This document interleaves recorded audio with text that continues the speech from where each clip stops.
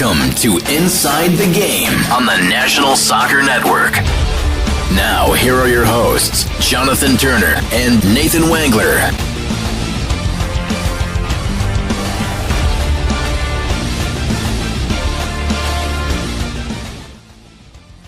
Good morning. It is a beautiful Monday morning here, the first Monday in August, and you are watching Inside the Game here on the National Soccer Network. Jonathan Turner alongside Nathan Wangler, and we are happy to have you here this Monday morning. It was a great weekend for soccer, and we ended our week with me at the North American Soccer Expo. We'll get into that this morning.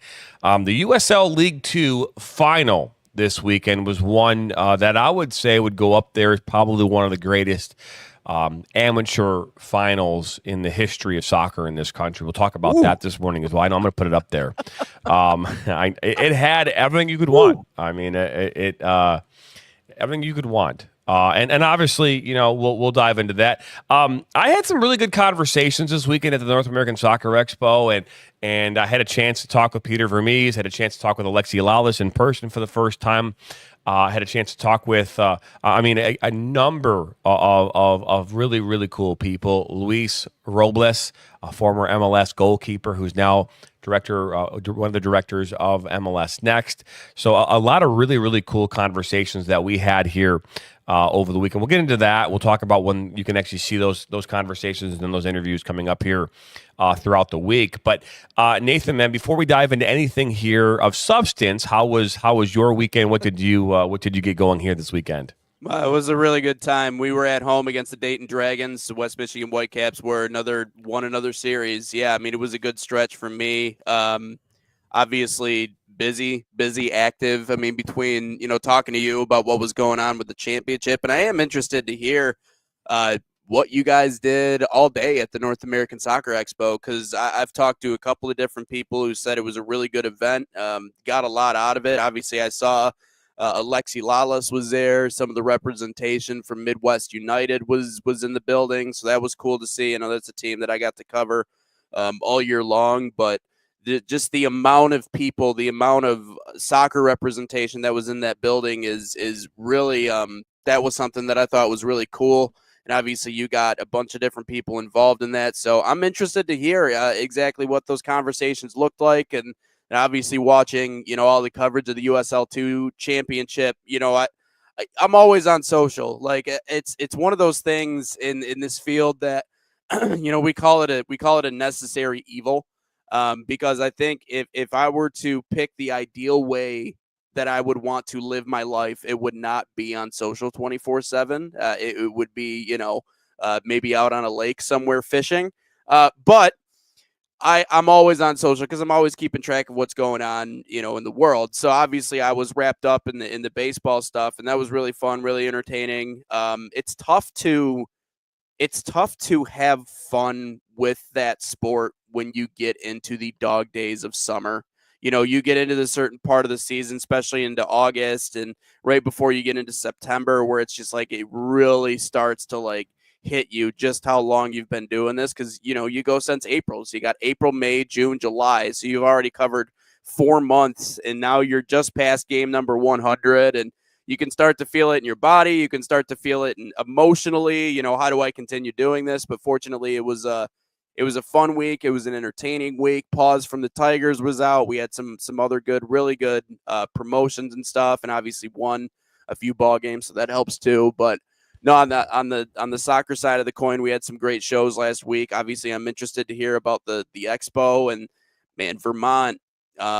Just seeing the replays from that championship, at least from the fans' perspective. Now, I know we're going to talk about what went on in the broadcast and what you guys were able to put together, which I was very impressed. It's remarkable to think, how far the company has come from being Michigan-based to now all of a sudden obviously being national-based and covering that championship game and covering these top amateur leagues. And the turnout to that Vermont game, I saw one post that said, when you're little state that could ends up winning the USL2 championship. And I'm like, yeah, you could say that. I know we joked around about, what is there to do in Vermont on one of our shows last week. What is what does Vermont offer the world? And I know that we were joking around, but like Vermont actually has a lot to offer, and it's called the sport of soccer. I mean, when you go from winning the NCAA Division I national championship to now you turn around and you win the USL2 championship, like at least in what we do in the sport that we cover, you're not little. You're on the map. We know who you are, we know what you do, and we know what you present. And to win it in added time, the way that they did yesterday and or 2 days ago, that is, and just the dramatic finish on that and putting the bow on the USL2 season, and obviously you guys getting to be a part of that. That's exceptional, man. So that state is really it's a hotbed, and you love to see it because of how many times that we talk about the sport and we cover the sport, and sometimes it's at a backfield somewhere or some random high school stadium and nobody shows up and there's 10 people there and this, that, or the other thing. And, all of that stings a little bit less when you watch a place in a game like that. And you're like, all right, well, maybe in certain areas of this country, the game does stand tall. And it certainly seems like it does in Vermont. And so that was really interesting, really fascinating to see.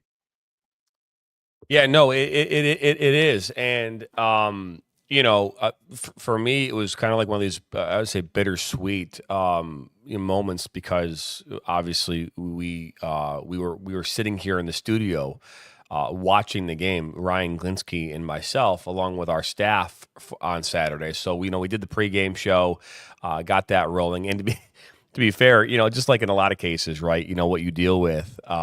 So we had our production meetings throughout the week with the league and with the team and production and all that kind of stuff. And the plan was to do a pregame show, but we were going to have some pre-recorded content that came in from the field, some coaches interviews, things like that.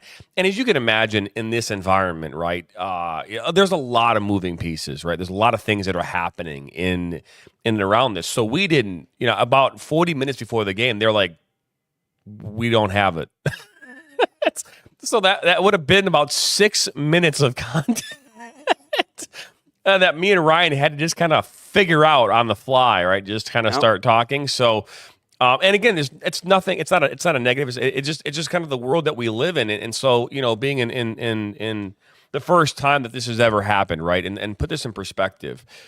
In every previous USL League Two national final leading up to this weekend, there had never been the type of coverage that was given, right? Ever.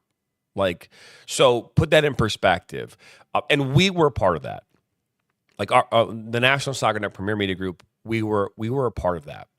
And that, to be fair, is like so incredible, right? And it's really, really cool. And to think that the amount of people that were watching this game, and again, if we look at it from the standpoint of Sports Engine Play, had at its peak 17,500 people watching. Okay, and then you take into account what was going on at the stadium. And they said it was between 5,000 and 6,000 people, right? And I would argue that it might have been 10,000 people there hiding in woods and on ladders and, who knows, man. It was, right. Vermont packed it in, man. And so, you take that. Okay, now you're at 25,000 people, right?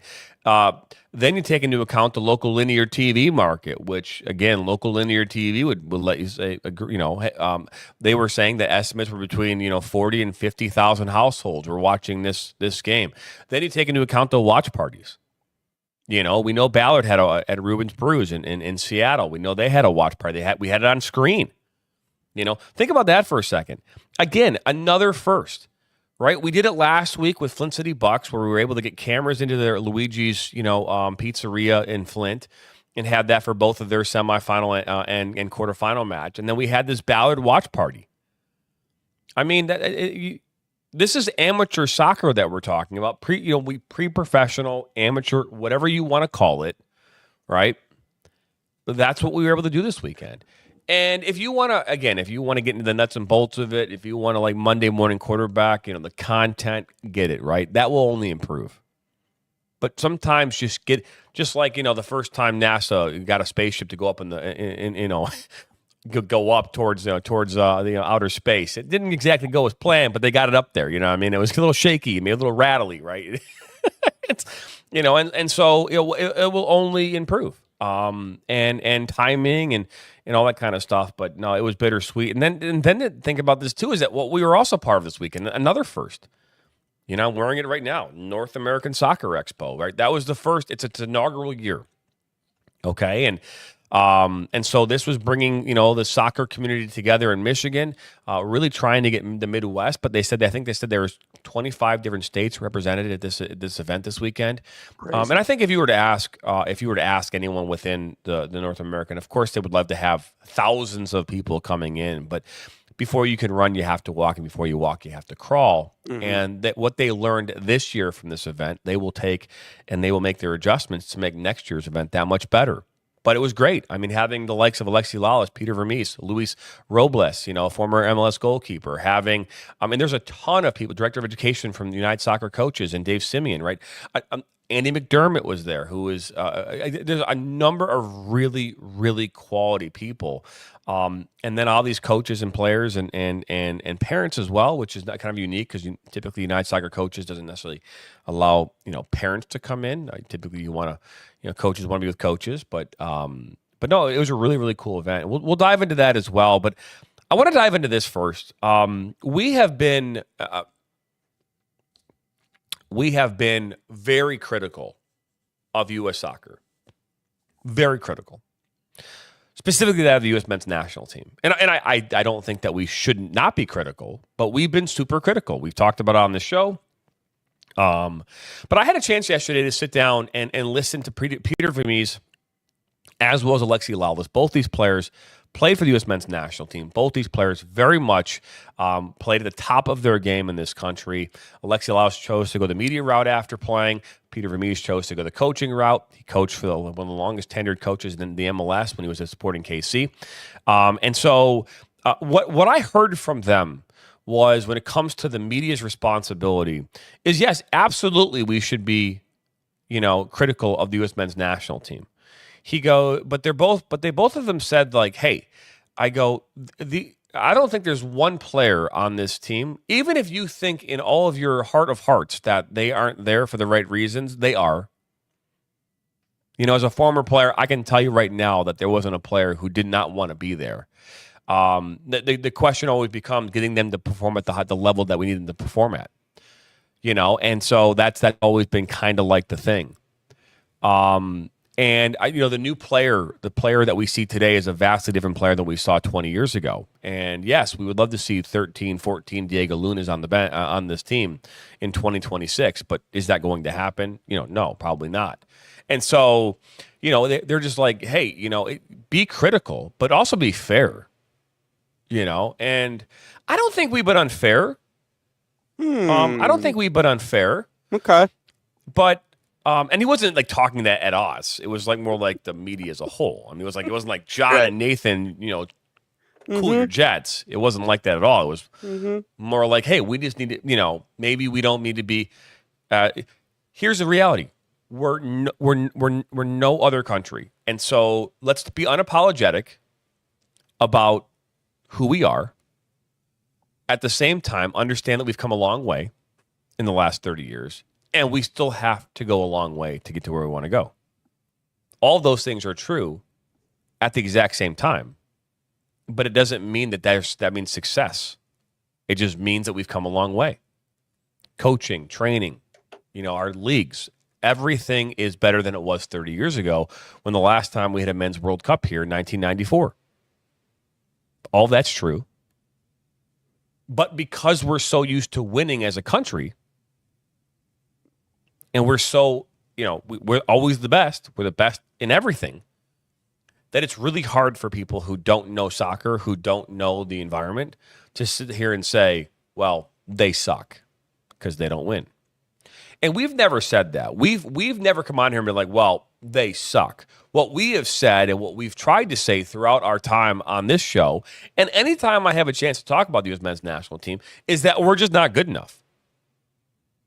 I'm very much unapologetic about that. We are not good enough. And even Peter Vermees yesterday in his Q&A was saying that in order for us, because obviously when we know in December when they do the draw, we'll know an idea, we'll have a better idea of kind of like how we might be able to get out of the group. He goes, but if we have a chance to do anything, we're going to need the likes of Christian Pulisic to be his best version of himself, right? And then we're going to need other players who are, not at their whatever, to outperform their normal level of play. That's what we need, those 4 or 5 other players outside of Weah, McKinney, outside of these other players, maybe even Oluna if he's on the roster, to play above their their level. And if they can do that, then absolutely we can go as far as we want to go, but they need to play out of their mind. And so I also think there's this mentality, and we've talked about it quite a bit on this show as well, that there's this mentality that you have to play pretty soccer to win. No, and even Alexi was like talking about how talking about the Euros, and how a number of years ago, I think it was Greece, like packed it in, Yeah. And just ugly win, so encounter. It's so it's just things like that, right? Where it's like, if so before we dive into the Vermont Green and the Ballard FC, I just wanted to say that I thought it was a really cool way, because they were saying, what can we expect from this World Cup, and specifically the media. And Alexi Lalas, both Alexi and Peter Vermees, both of them said that the media has to be more fair. He goes, we had this opportunity to make this thing the biggest and the brightest thing in American soccer history.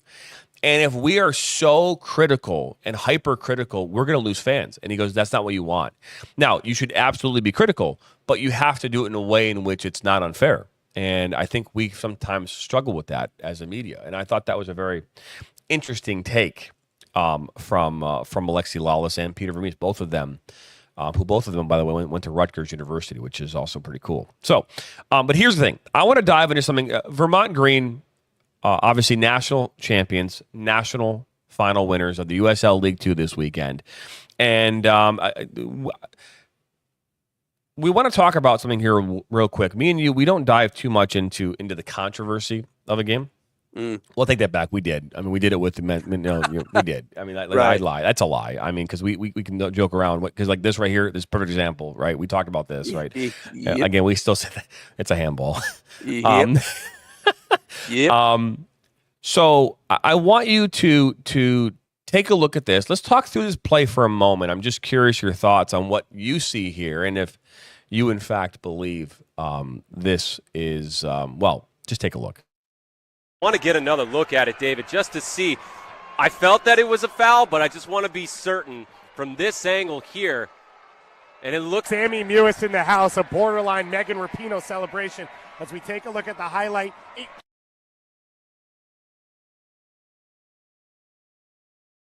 So I can play this again, which I am. So I don't want to make you play replay guy over here. Is there any way of slowing it down just a half touch? I don't know if I can in here. I can somewhere else. I know what to look for now, so it might help me out a little bit. I want to get another look at it, David, just to see. I felt that it was a foul, but I just want to be certain from this angle here. Oh, lost our background. That was weird. Sorry. Right?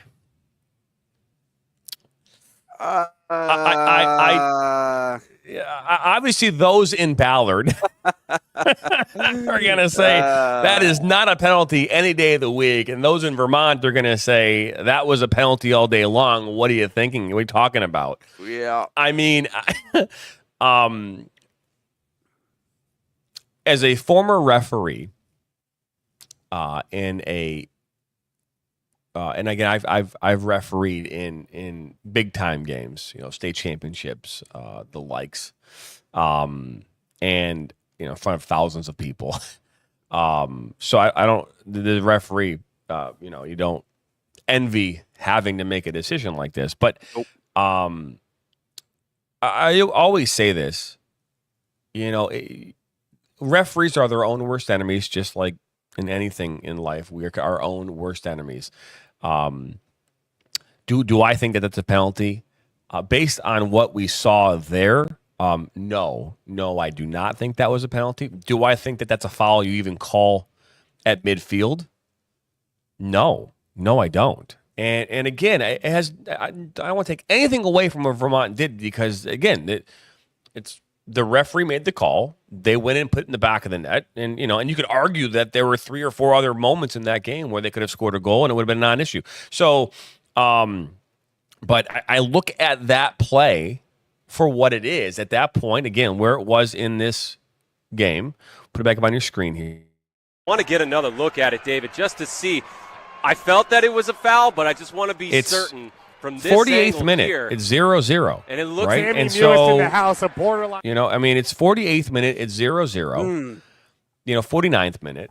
And so goal goes in. Borderless puts it in the back of the net. It's now 1-0. And again, great shot on the penalty shot from the Borderless. I mean, you couldn't have asked for a better finish. I mean, off the post and in. But my advice to any referee out there, I don't care who you are, what level you are. You really there's nothing wrong in that moment with making sure. Again, I don't know if the referee and the crew were wearing communication headsets, but that moment, you got to run over to your assistant referee and just double check. Mm-hmm. I mean, because that is such a huge moment. Huge moment. Yeah. And again, I don't want to take anything away from Vermont. I got to keep saying that because it was a great game. But if you're going to sit here and tell me that that's a penalty kick, I don't think that's a foul anywhere else on the field. There's a lot of gray area there, and there's not enough in my mind to warrant it. That's a hard thing. Watching it in real time, like that's why we gotta watch it back a few times to actually figure. I want to get another look at it, David, just to see. I felt that it was a foul, but I just want to be certain from this angle here.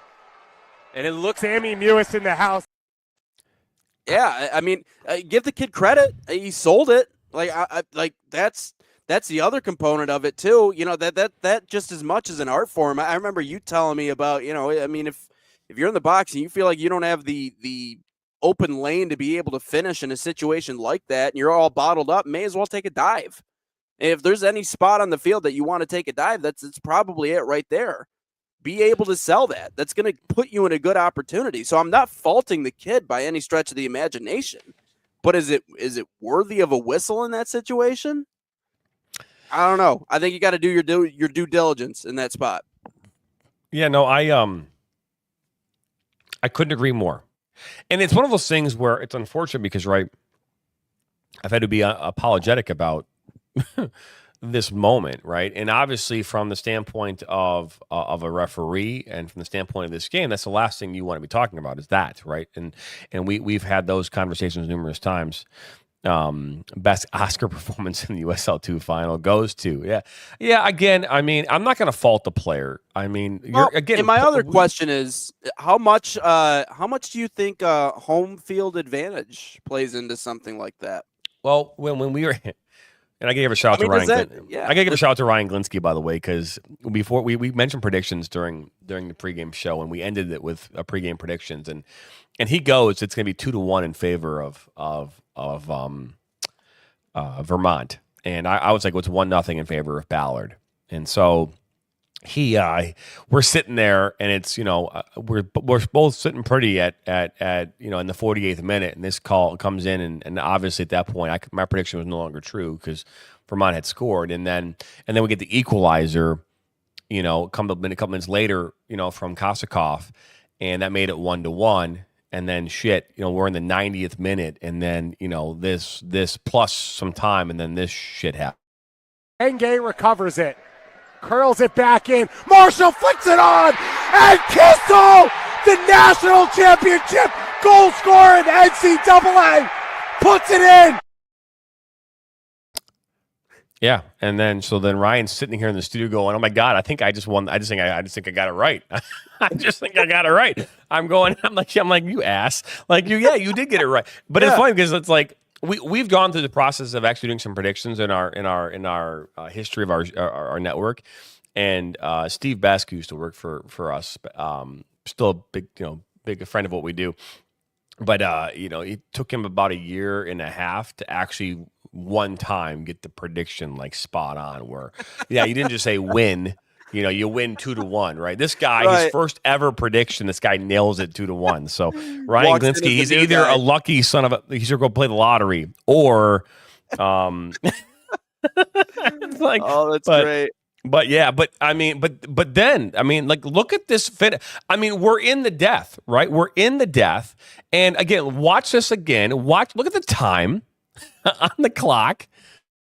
Enge recovers it. Curls it back in. Marshall flicks it on. And Kissel, the national championship goal scorer in NCAA. Max Kissel, right? The same guy that scored in golden goal in the NCAA to beat Marshall by a score of 2-1, right? Same guy. You couldn't have. If they was to make a movie about this, I don't think. It's storybook. It's unbelievable. Yeah, it's unbelievable what he was able to do, and he came in as a sub in like the 70th minute or something. Yeah. No, actually, I think he came in at halftime. But you think about that and go, holy crap! Right out of a story. Again, you could not have asked for a better finish to a game. Right. At home, 90th minute +1. This guy puts it in the back of the net. Enge recovers it. Curls it back in. Marshall flicks it on. And Kissel!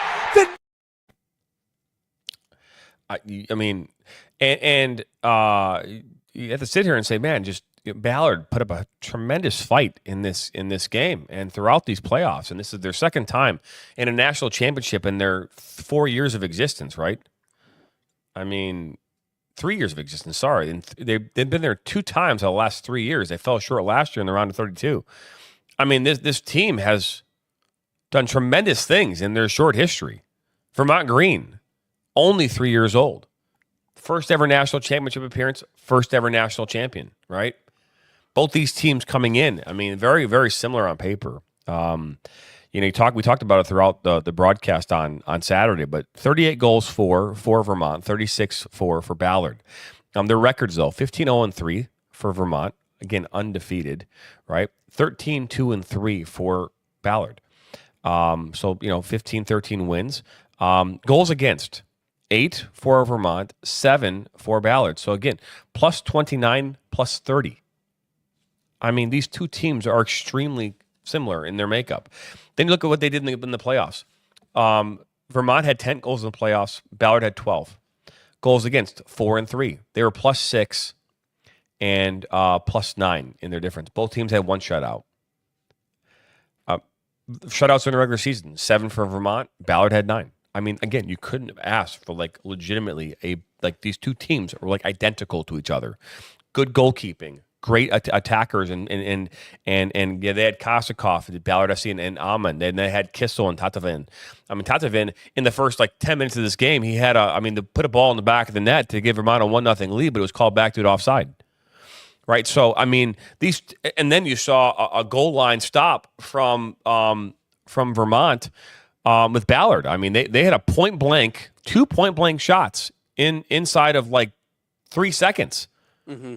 That were, and that's where people are well, we need to have VAR, VAR, at the amateur level, and I don't agree with that statement. I know that everyone wants technology to be in these environments, right? They all want the tech, they all want the bright, shiny thing that is new and fun and whatnot. But there's something to be said about not having that kind of tech at these games. It's almost kind of like we talk about amateurism in amateur sports. Well, yeah, but I also think there's something to be said about as you go up up a tier, right? Every time you go up a tier, there's more things you get, right? Yeah. Traditionally the amateur games aren't going to necessarily have a fan drawing of 7,000 people to a game in person. They just don't typically. That's not a very typical thing. It's atypical. Now, is it as atypical as it used to be? No, because you can go now to a lot of places across this country and you're going to see 500, 700 people at an amateur game, upwards 3,000, 4,000, 5,000 people. The league this year, we are looking at this, the league this year from an attendance standpoint, Annapolis Blues set the USL League 2 attendance record, drawing 12,853 fans to their Navy Marine Corps Memorial Stadium on May 31st, but they averaged 8,707 fans across their 7 home games. So, I mean, that's a phenomenal number, right? Wild. You look at this, again, the league this year had 143 teams, of which 30 entered the league. So they went from 100 and I mean, obviously, due to attrition, you lose teams and you gain teams. So I don't know what the plus or minus was in that aspect, but they've always kind of been around the 100 to 150 range. So they played upwards of, and I know this message was sent to me on Saturday because I asked in the middle of the broadcast how many games they'd played all this year. 894 total matches what they played. So yeah. So I mean, this. Again, you could not have asked for a better final, and I'll continue to say that. I mean, we watched it obviously from our studios here in Michigan. The production crew did a great job down at Virtue Field in Vermont, Burlington, Vermont. Bernie Sanders, I don't know if he actually ended up coming or not. I know he made some comments, but from a chat standpoint, Right. But no, it was again. And talk about how many people are watching this game. I mean, to put things in perspective, we did the League for Clubs, we did the WPSL National Finals, we did USLW, we didn't do the NPSL, but I watched the NPSL final on Saturday. That had, I think, at its peak, 1,700 people watching its game. 1,700. This game had, again, 17.5 watching it at one point. 17.5. I can't think of another amateur environment where you're seeing 17,500 people watching it at one time. I've called UPSL national championships, and I think the most I saw in those events were 10,000. Yep. And so phenomenal game, phenomenal environment. It's great for American soccer. It's a great catalyst for next year leading into the World Cup, and it's phenomenal. And I'm really excited that we had a chance to be a part of it, and I'm looking forward, obviously, to the future. But my goodness, what a game! Yeah, I maybe I'm wrong here. Maybe I'm off base, but I'm gonna throw some darts at the dartboard and see what sticks here. I feel like there is something uniquely different about the sport of soccer when it comes to the amateur scene and having something that is grassroots, right? Having a community team, having a team in your area, in your neck of the woods, quote unquote. That's why I'm excited about the team that's coming here to Grand Rapids. That's going to be playing downtown. Because if you can generate a community feel to where it feels like this is your team, this is your community, these are your people, you're coming out to watch the group of boys that are playing in your town, right? I'm not going to go to Chicago and be a Chicago Fired fan. I'm sorry. I don't live in Chicago. I don't have any connection there. I can't just walk to the stadium. All these other MLS teams, whatever, blah, blah, blah. You're not going to get the fringe fan to buy into that. But in soccer, when you have this grassroots movement and you have these communities that cling to these teams that are in their community, you see exactly the growth of soccer that you want to see. You see the growth of the popularity of the game. It has to be a grassroots movement. And I feel like the USL, and again, I know that they're doing a couple of different things to try and become the premier league in the United States. And sometimes we have a good laugh about it. We're like, you're never going to catch up to Major League Soccer. You're never going to do anything else like that. But I have to give them at least a little bit of credit, because there are some teams in this league in some areas of this country where that amateurism, that amateur space has actually bred some really good following and some really passionate fans. I mean, you're talking about, for Annapolis, averaging 8,000 during the season. I mean, that's better than some minor league. That's better than a lot of minor league teams. In baseball, I mean, more than over 6,000. I can literally list off, both hands how many teams in the Midwest League don't consistently get that many fans. Like, the amateur space is the space that needs to be explored more by American soccer. Okay, you have your top league. Okay, fine. The fans from Cincinnati and Cleveland and all these other places, they're going to get behind their teams, whatever. But if you really want to get the most out of communities across America, it has to be a grassroots movement. It has to be.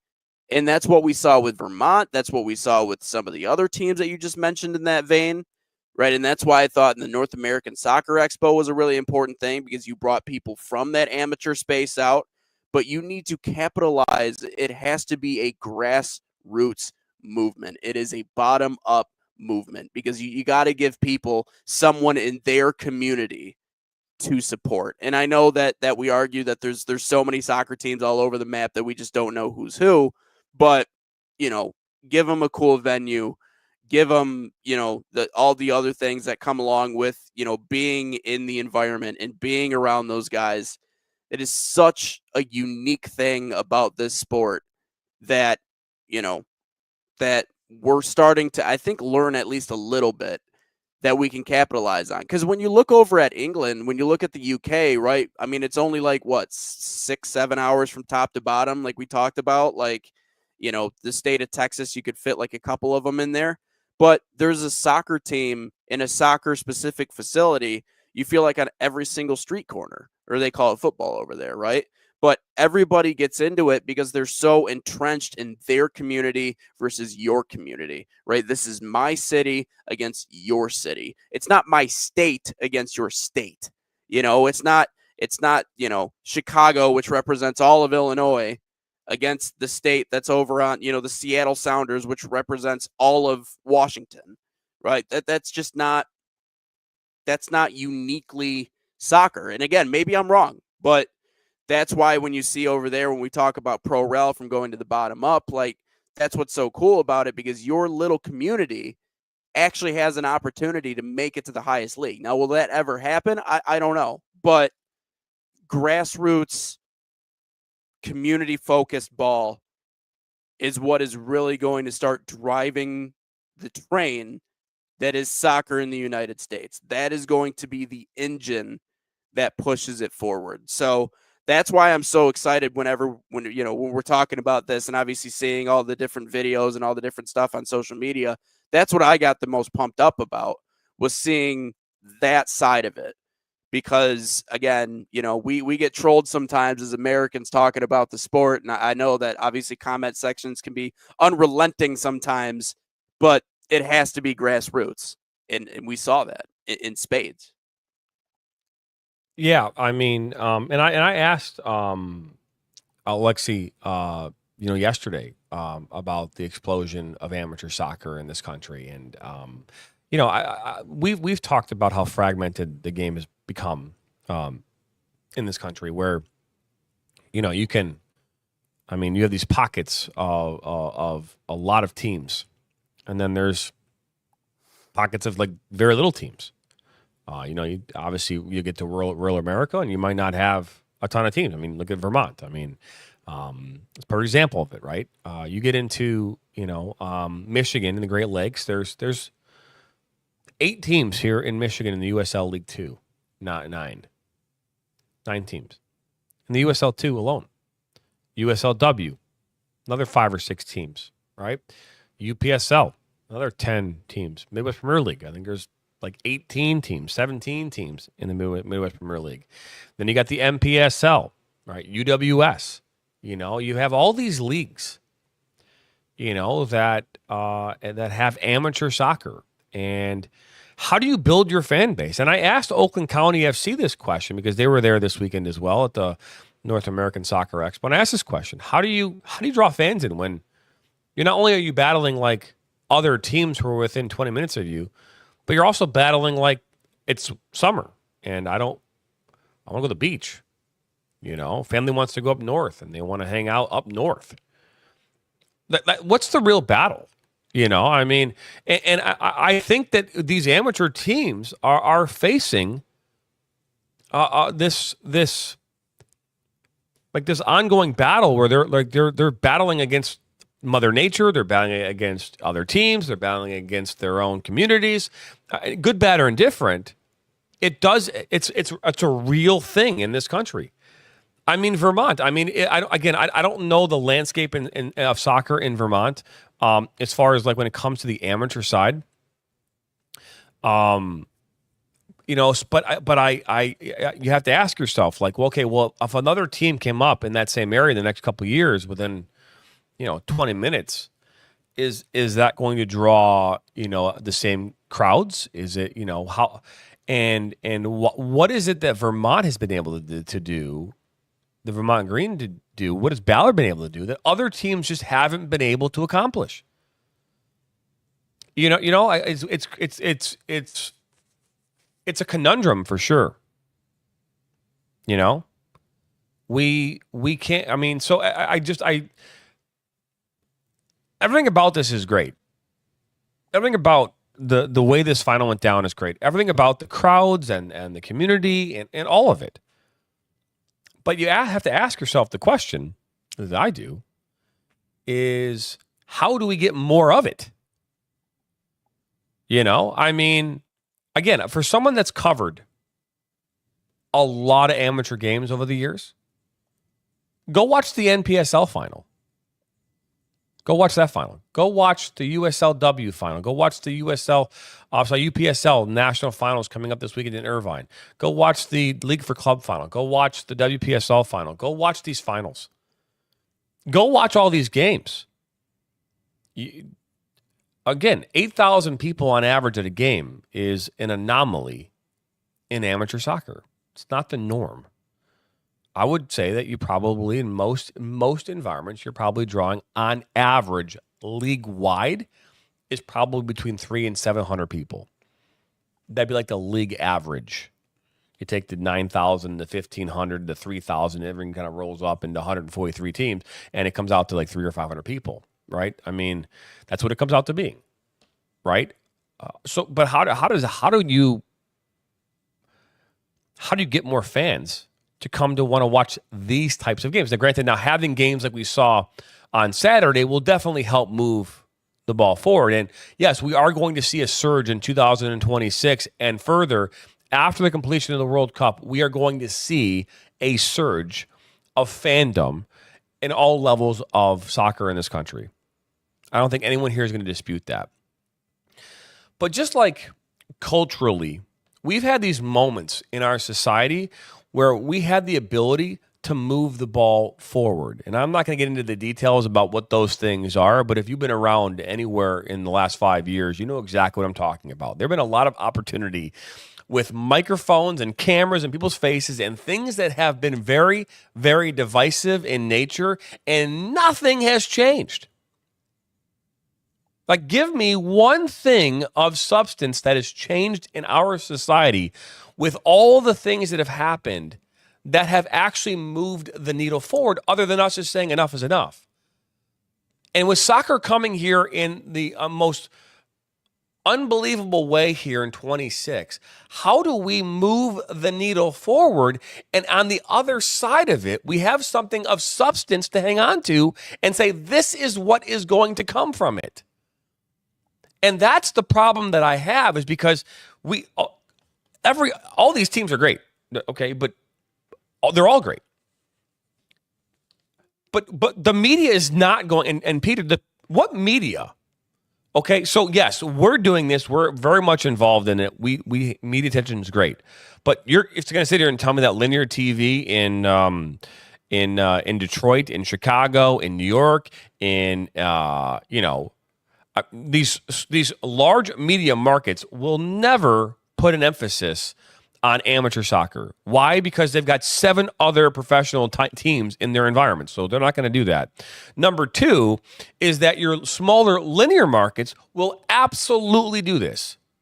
Flint, Mid-Michigan Now, CW 46. Those are all local linear TV markets up in the Flint, Saginaw area, and they will absolutely send camera operators to and set up and do media coverage around these teams. Okay? Yes, that works. So in your rural, smaller towns, yes. In Vermont, they did that. We saw that with the broadcast on their CBS networks there in Vermont. And so, yes, you're going to see that in those smaller markets. But in the larger markets, you won't see that. You just won't.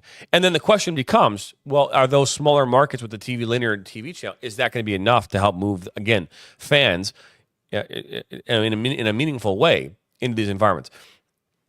The thing that we have to think about is more the answer, or is it quality versus quantity, right? Is that the answer? I actually believe that we should have less teams competing in these leagues, and so that could draw more fans into those environments. I actually do believe that, by the way.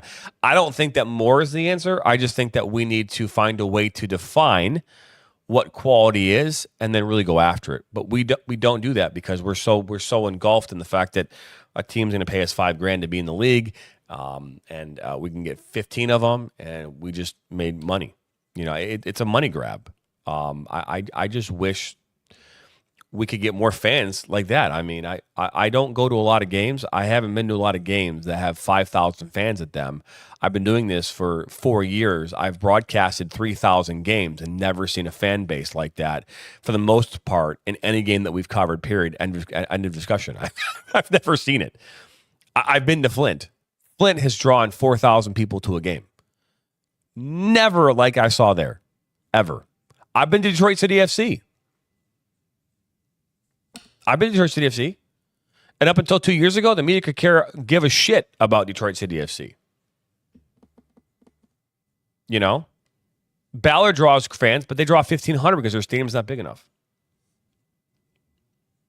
So, could they fill more? Absolutely they could. I mean, I think their final a couple of years ago had 5,000-6,000 people at it. I mean, so absolutely. I struggle with this because soccer is so fragmented in this country. We talk about all the time about how do we build? Is more the answer?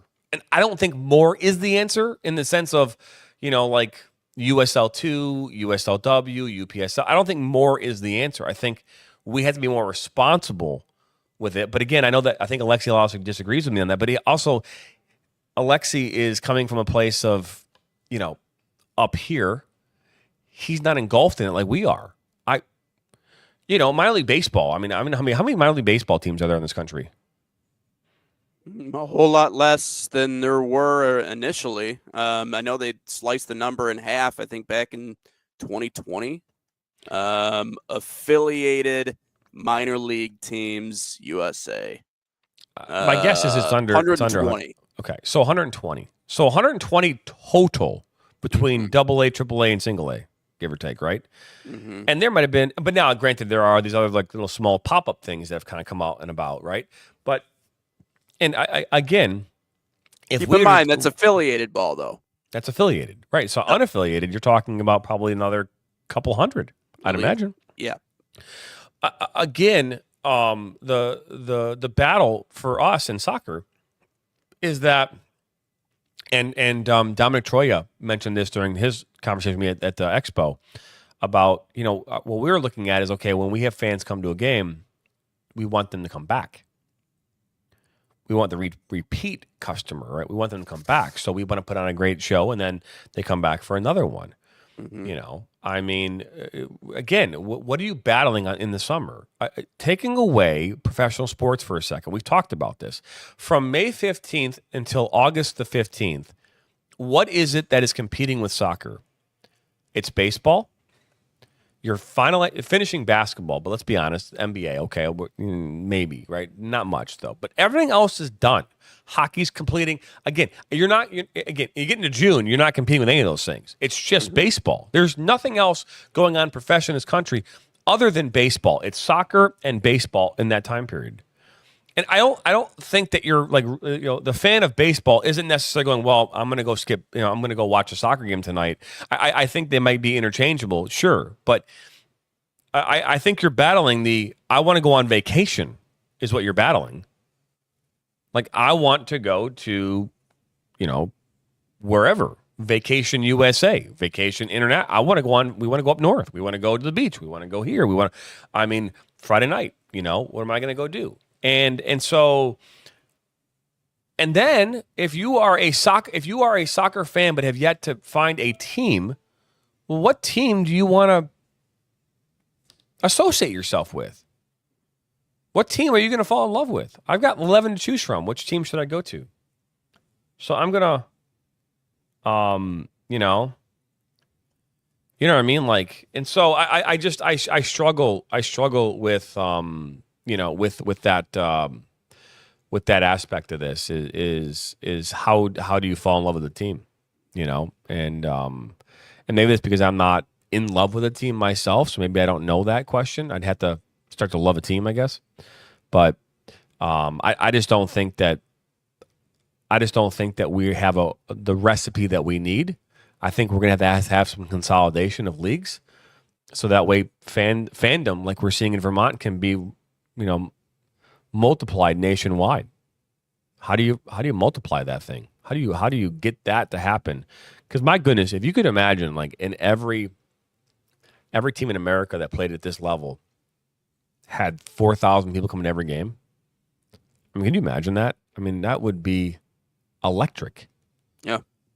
But it's not. I don't see 4,000 fans at these games. And for the most part, so how do we get that? How do we get that? And hopefully the World Cup will do that. Hopefully the World Cup will come here. It'll introduce a lot of people to the game of soccer in a way that they haven't experienced, and then they'll crave more. And the trickle-down effect will happen. Well, you'll trickle down from the MLS, it'll trickle down to, to the lower leagues, and hopefully that will get more people engaged, involved, and engulfed in this game.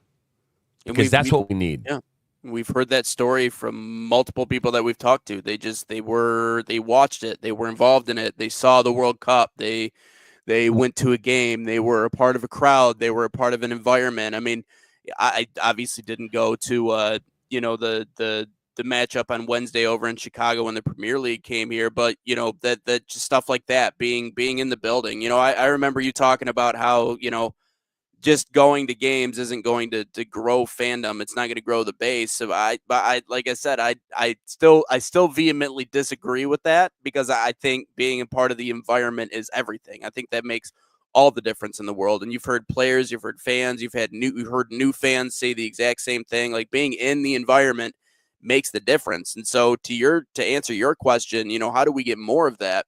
It's not an easy thing to do, because when you talk about how many different teams there are playing, some of them are playing at high school stadiums. Like, I'll be honest with you, JT, if I have to go sit on cold, hard bleachers and eat, like, not very good food and be out in the elements, with 10 people there, I don't want to be there. Like, there's a difference between that and a place like Vermont, where, it might not be the most beautiful facility in the world, but it's in the middle of a hotbed. And, I don't know everything that goes into what they do there, but what I can talk about is, like, how Flint City does different stuff for their games, all the entertainment things, the reasons, the stuff they do for the community that brings everybody out. I'm sure Annapolis can probably say the same thing. I'm sure Vermont can say the same thing. Again, I don't know what goes into game day operations in these places, but you have to create an environment that is conducive to bringing people back. I just know this because I've been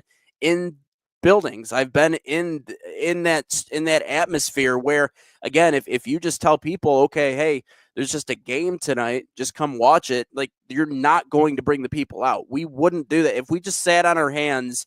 And even in minor league baseball, if we didn't do the fireworks, if we didn't do, Bluey and Bingo meet and greet, if we didn't do all these other things, people would not come out to games. They simply wouldn't.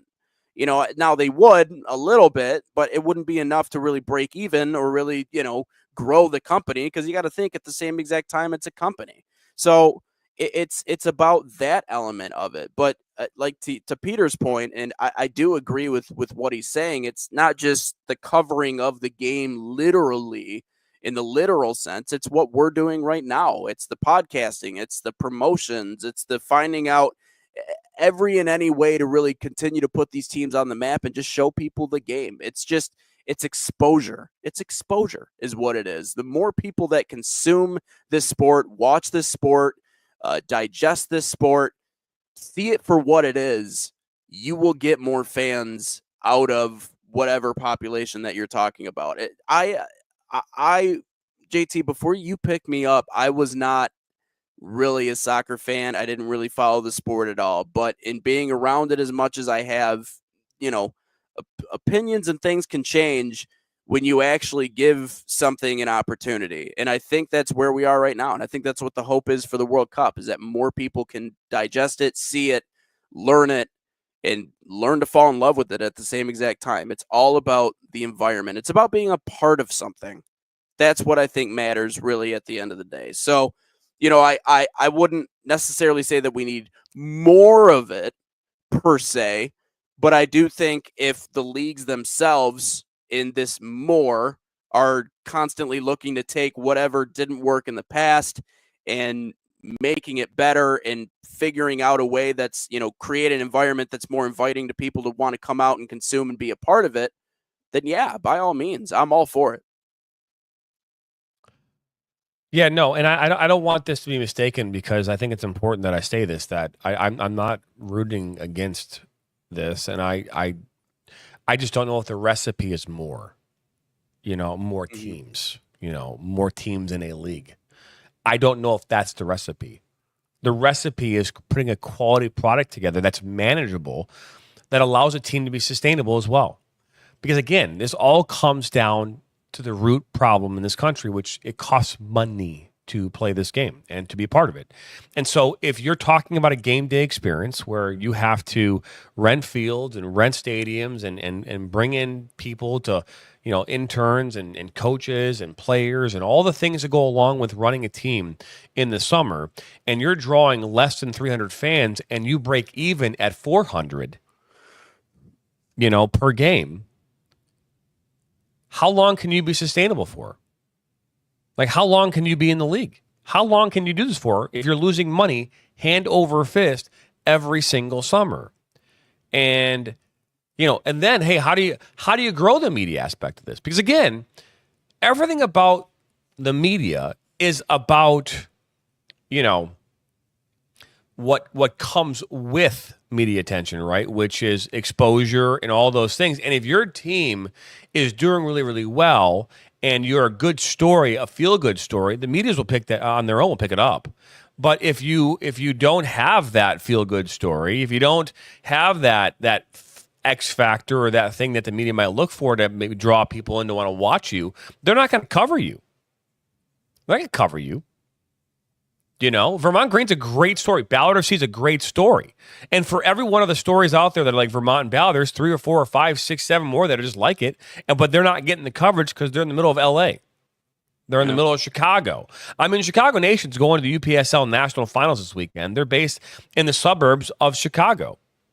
And Peter, I know you're part of that team. I have no idea, but is there any coverage of that locally? I know that, Garrett does a great job of promoting his team and promoting it to the local markets, but has the linear market picked up the fact that you guys are going to a national finals weekend here in Irvine, California? It's a perfect example. And Chicago Nation has, 50,000 followers on Instagram? They've got a really good fan base. Probably one of the strongest fan bases in the UPSL. I don't know how many fans they draw to a game, but that might be irrelevant now in today's world too, because if you can say, hey, our fans might not come, but they'll watch our streams. And Peter's like, nothing as I've seen. Here you are, you're going to go fight for a national championship. I think $50,000 is on the line. A chance, an automatic bid into the U.S. Open Cup. And no media attention for Chicago Nation. So like that's the part, that's the problem. That's the problem, again, because, you're buried in between. And training camp started, right, last week with the Bears. And so, you got baseball and basketball and hockey and football. But everything right now is on Ben Johnson and Caleb Williams in Chicago. That's more important than this. And so we want to build it. And so I'm hopeful that games that happen this weekend where you draw 25,000 viewers, 5,000 people watching in person, that shows the rest of the world, rest of this country, what it takes and what you can do if you can just find a way to get into that community that you're part of and to draw people who would be interested in coming out to your game day experience and watching your team and building it. Because that's how this is done. And Vermont and Ballard, cities like that and teams like that have done that in spades. Mm-hmm. It's got to be multiplied. Multiply that by 143 teams in the USL2. Or however many teams need to, multiply it by. But anyways, I digress. A great start to our week here, though.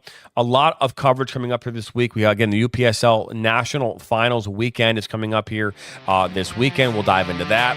Hey, we will get into the North American Soccer Expo. We did a bunch of interviews this weekend as well. We'll talk about that. We're going to air a special here on Friday night. We'll get into that here as well. And something special coming up on Saturday we'll dive into tomorrow and later this week. But that will wrap up episode number 129 here of Inside the Game. Congratulations to Vermont Green, the USL League 2 national champions this season. Final score of 2-1 over Ballard FC. Two quality teams, two quality organizations that have really, really moved the needle for USL League 2.